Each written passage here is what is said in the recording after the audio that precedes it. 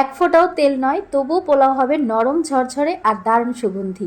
যারা হালকা কিন্তু টেস্টি খাবার পছন্দ করেন, এই পোলাও তাদের জন্য একদম পারফেক্ট। পোলাও রান্নার জন্য প্রথমে মেজারমেন্ট কাপ দিয়ে মেপে 2 কাপ পোলাও চাল নিয়েছি। চালগুলোকে আমি ভালো করে ধুয়ে 20 মিনিটের জন্য ভিজিয়ে রেখে পানি ঝরিয়ে নিই। কড়াইতে অল্প করে ঘি দিয়ে দিলাম। এখন সাথে পেঁয়াজ কুচি আর গরম মশলা দিয়ে দিব।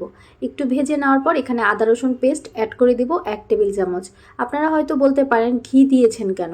আচ্ছা, ঘি তো আমাদের স্বাস্থ্যের জন্য উপকার, যদি এটা অল্প পরিমাণে খাওয়া যায়। আমি ঘি কিন্তু একদম সামান্য এখানে অ্যাড করেছি। কিছুক্ষণ চালগুলো ভেজে নেওয়ার পর এখানে গরম পানি অ্যাড করে দিব 4 কাপ। পোলার চাল 2 কাপ নিয়েছিলাম, তার ডাবল পানি দিতে হবে, এই জন্য এখানে 4 কাপ পানি দিয়ে দিলাম। চুলার আঁচটা বাড়িয়ে রেখে লবণ দিয়ে দিলাম 1.5 চা চামচ। কাঁচামরিচ মাঝখান থেকে ভেঙে 3টার মতো দিয়ে দিলাম। গুঁড়া দুধ দিয়ে দিব আর দিয়ে দিব কিচমিচ।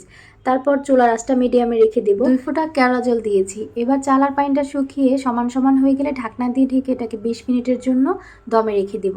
তারপরেই তৈরি হয়ে যাবে একদম ঝরঝরে সুগন্ধিযুক্ত পোলাও। ভিডিও ভালো লাগলে একটা শেয়ার করুন আর তেল ছাড়া রান্না নিয়ে আপনার মতামত কমেন্টে জানিয়ে দিন।